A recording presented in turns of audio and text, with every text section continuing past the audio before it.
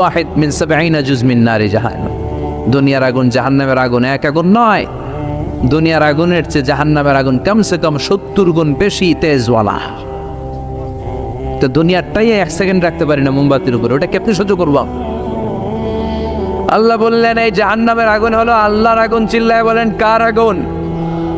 নারুল্লাহিল মুকাদা আল্লাতী তাত্তালিউ আলাল আফিদা। এটা আল্লাহর আগুন। দুনিয়ার আগুন পায়ের মধ্যে লাগলে পা জ্বলে যায়, আঙ্গুলে লাগলে আঙ্গুল জ্বলে যায়। জাহান্নামের আগুন দেহের যেই জায়গায় লাগুক না, সর্বপ্রথম কলিজাটা জ্বলে পড়ে সারখার হয়ে যাবে। যেখানেই লাগুক কলিজাটা ছাপ করে জ্বলে যাবে।